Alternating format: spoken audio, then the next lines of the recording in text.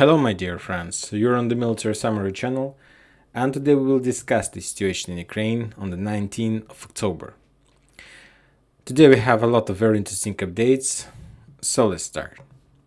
As you know, martial law has been imposed on the south of Ukraine, in Kherson region, Zaporozhye region, DPR and LPR. And the question is, why did the Russians do this? We can talk about this a lot, and I believe that we can build a lot of speculations on that. And today I would like to tell you my own opinion, my own understanding of this situation. Of course, because we won't be able to, we don't know the real reasons why did the Russians do this, but we can just guess the reasons. In my opinion about this situation, I'll give you my opinion, that the Russians imposed this martial law just because of Kherson. This is the main reason. They imposed the same thing in Zaporozhye, DPR and LPR region with one purpose, just to hide the real purposes of the Russians. Why did they do this? Why are they doing this? As you know, I believe that many of you saw a lot of videos from today that a lot of civilians were evacuating from Kherson in direction of the rest of Russia, like on the east side of Dnieper River in Crimea, in the Russian Federation, and so on. As we discussed a few videos ago, the Russians adopted some laws that allows the citizens from Kherson to get apartments or land or whatever they want in any single town of Russian Federation. They just need to follow some procedure, fill some applications and so on, and after that they are able to receive the home or land anywhere they want. And today we saw a lot of lines, a lot of people who were trying to cross this river using the boats. The Russians are saying that they're doing this evacuation just because of one reason. And the reason is that Ukrainians are planning to start a counter-offensive operation in the direction of Kherson, and that Ukrainians are trying to take control over this town and push the Russians from this side of the river to another side of the river. Furthermore, today we got a lot of updates from the Russian sources. Let's take a look at the Russian sources map. That Ukrainians made a few attempts of trying to storm and crack the Russians' defense line on the line between Bruskinska and Duchan in this area. There are some two icons. They reported that Ukrainians used around 2 BTG. This BTG consists of tanks, a lot of tanks, and the main core of that BTGs were 128th Brigade. Later during the day, the Russians reported that attack, that Ukrainians were defeated. As you can see, there is an icon saying that Ukraine lost around 6 tanks and up to 1 campaign of soldiers, and so on. Of course, I'm not saying that it's a lie, I'm not saying that it's true, but I have my own understanding of the situation in Kherson district. And this is one of the most important regions in Ukraine. And this is the region, this is the bridgehead why the Russians, according to my understanding, imposed this martial law. As we all understand, Zelensky is not going to start any negotiation process with the Russians. We understand that. The question is, do the Russians need this process? I believe they need. If there was a possibility to stop this war and if the Ukrainians recognize these territories as the territory of Russian Federation, and if there is a possibility to make the Ukrainians not to enter NATO and European Union and so on, of course the best solution for the Russians, because anyway, years by years, they would be able in this case to do everything they want on the territory of Ukraine. But as we see, the Ukrainians are not planning to start any negotiation process. For that means that the Russians need to continue pressure. That means that the Russians need to attack Ukrainians all along the front line. That means that the Russians need to take more lands. And we understand that there are a lot of options how the Russians can develop their offensive operation in upcoming years and so on. We understand that the Russians still need to take control over Kharkiv. We understand that the Russians need to take control over Nikolaev and Odessa, and with help of that, they will be able to cut the Ukraine from the sea. We understand that the Russians need to continue liberating or taking control over DPR, the northwest part. We understand that the Russians are able to take control over Chernihiv and Sumy without a lot of losses. We understand that the Russians need to continue, and there are a lot of ways how to do this. But we also know that the winter is coming. The winter is coming, and I believe that Ukrainians are not planning to start any counter-offensive operation during the winter period. They will try to defend. They will try to hold their position, and they will try to survive till spring and survive till summer. The best time for the Ukrainians when they are able to do something. Furthermore, we understand that by summer or spring, the Ukrainians will receive more Western weapons, maybe drones, maybe rockets, more HIMARS system, more air defense forces, and then they will be able to continue liberating their territory.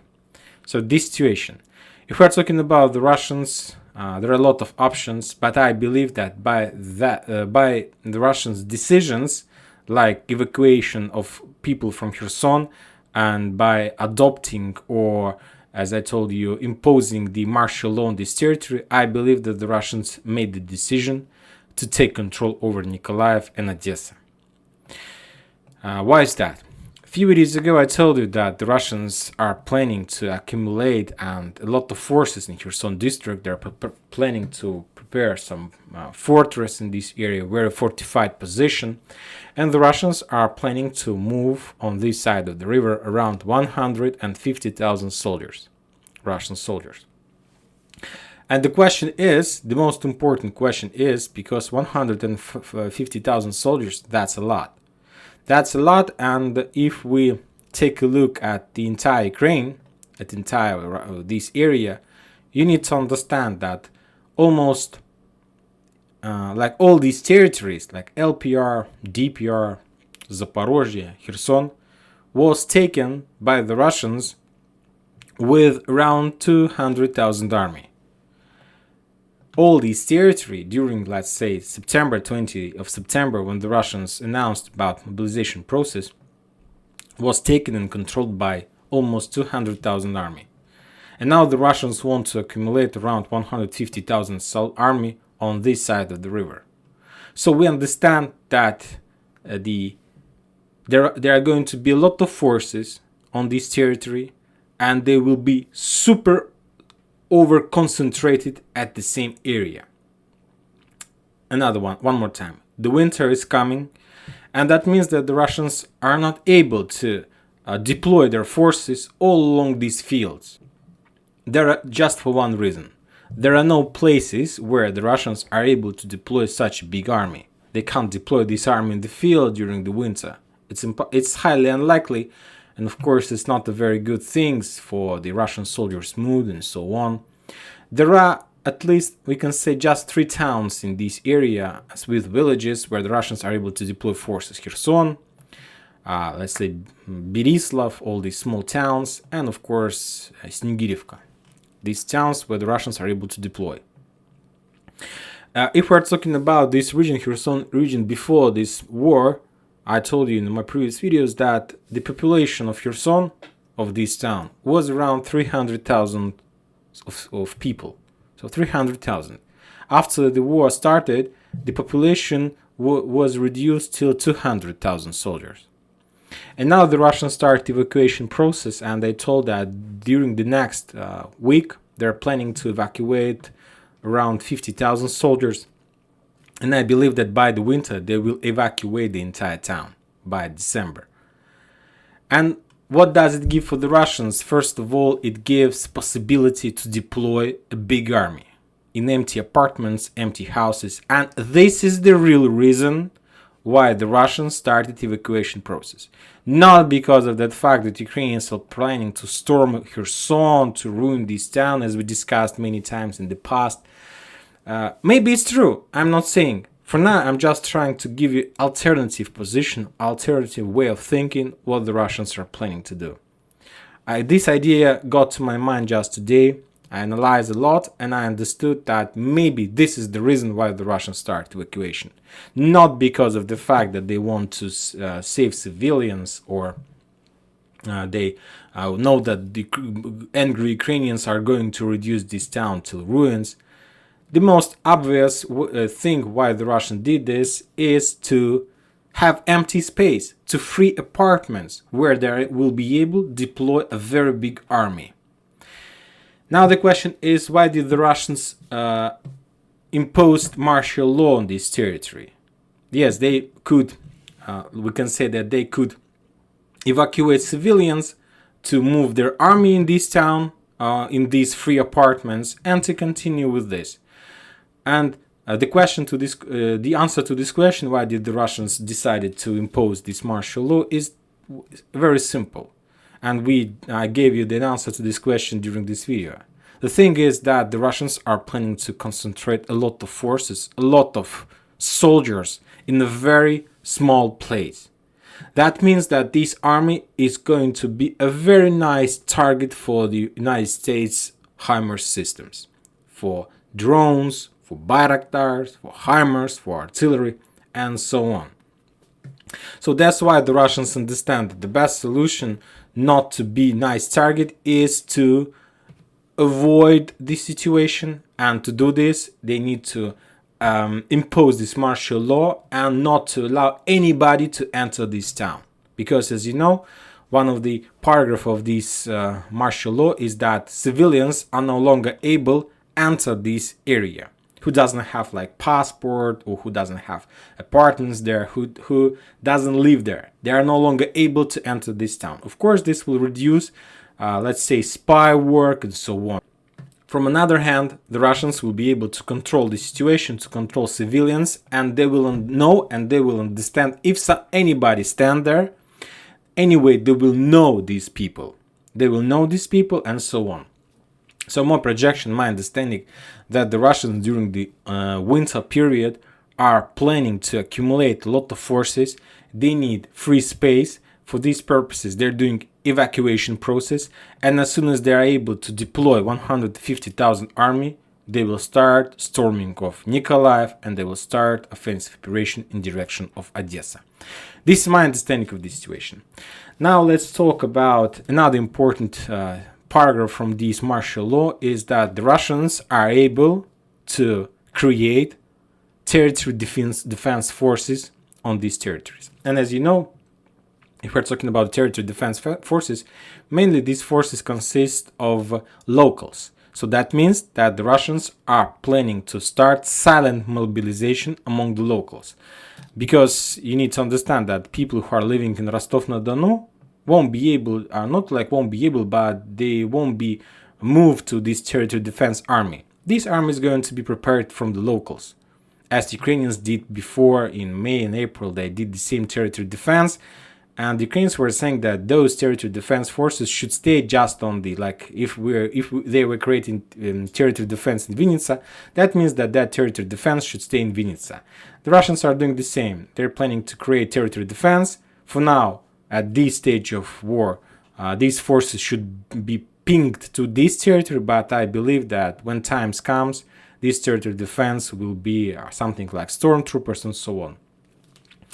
This is another thing that the Russians, first they started mobilization process with help of that moved around 300,000 army. Furthermore, before the mobilization process, there were around 200,000 soldiers all along the front lines. Now they're planning to create territory defense forces from the locals, and I believe that with help of that, they will be able to mobilize another 100,000 soldiers. So the Russians are planning to increase their army significantly. Furthermore, don't forget about the forces on the territory of Belarus, that this group that we were talking about the previous week, this week, about deploying some forces from Belarus. That's another 100,000 soldiers, 50 or 100,000. So the Russians are planning to deploy around 1 million army during the next year. Starting from today, I believe till the middle of the next year. And the question is if the Ukrainians are able to stand against such a big army. Now let's talk about the front lines. As we talked, the Ukrainians were, according to the Russian source, this is very important because, to tell the truth, I'm not sure that there were even a real counter-offensive operation in this area. I believe that it was some kind of media offensive operation with one purpose to force the Ukrainians or the Russian citizens in Kherson to hurry up and to leave this town as soon as possible. It was maybe some kind of, I'm not saying that it was a fake, I'm just saying that I believe that there was some kind of offensive operation, but I believe that it more was like a media offensive operation, not the real one. If we're talking about this area, the Russians reported that during the previous 24 hours they killed up to 120 soldiers and 20 armored vehicles in this area. Very interesting update. Event happened during the night. The Ukrainians were trying to cross the river one more time. They used around 37 boats in this area trying to cross this Dnieper River with one purpose, to storm Energodar.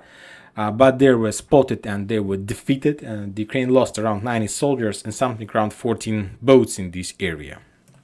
If we're talking about Zaporozhye front line, there are no changes. The Russians, there is artillery duels in this area. The Russians are trying to prepare defense line in this area and so on. If we're talking about Donetsk, there are no changes as well. Donetsk is under very heavy fire. The Russians are storming Pervomaiskoye, attacking the Ukrainians and so on, so no changes as well. If we are talking about the area near Bakhmut, there is no changes as well. There was some kind of counter-offensive operation from the Ukrainian side, but they were defeated and they lost some tanks in this area.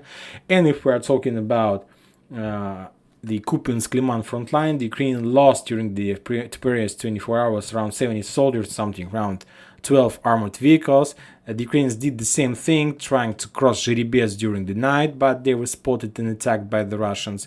And there are very heavy clashes around this Dvurishna, this town. The Russians started their own very slow step-by-step counter-offensive operation. Yesterday we discussed that they got control over Gorbovka, and today we got report that there were heavy clashes around Grinevka and Dvurishna. These towns, these the only two towns that left on the east side of Oskol River in Ukrainian hands. But now the Russians are pushing, and I believe that Ukrainians will lose their bridgehead on this side of the river. If we're talking about other events, of course, the Russians were continuous shelling, attacking Ukraine with drones, with missiles, and so on.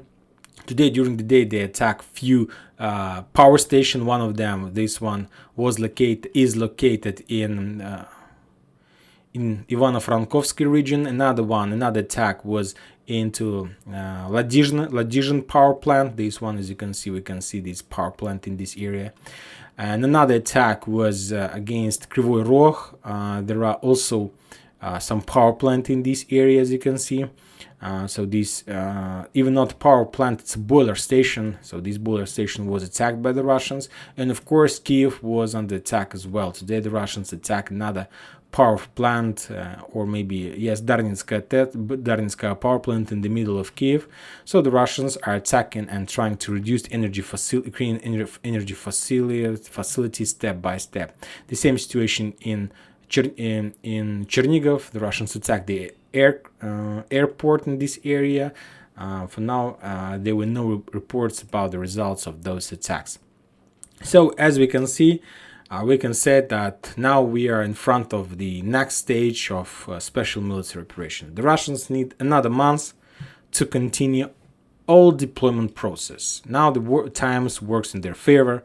They continue mobilization process. They continue trainings. We can say that tomorrow is the 20th of October, and we can say that the months passed since the Russians started their mobilization process. Believe me, they managed to train a lot of forces. I believe that now the Russians have more than 100,000 already trained soldiers and the Russians are able to deploy them, and I believe that some forces were deployed, and as we discussed, a lot of forces were deployed on the territory of Ukraine, and they continue their trainings on the south of Ukraine. So the Russians do some trainings on the territory of Russian Federation and some trainings for these mobilized forces already in this area, very close to the front line. So I believe that in a month, somewhere by the end of November, the Russians will finish the deployment process, and then we'll see what they're planning to do, and we'll see if they're planning to start any offensive operation. And it's very and looks to me, I believe that maybe the Russians will try to solve the issue with Nikolaev by the end of this year, because they can do this. I don't think that it's a very difficult job for them for many reasons, and the geographical position of this town says for itself that the Russians need to complete this situation by the end of this year.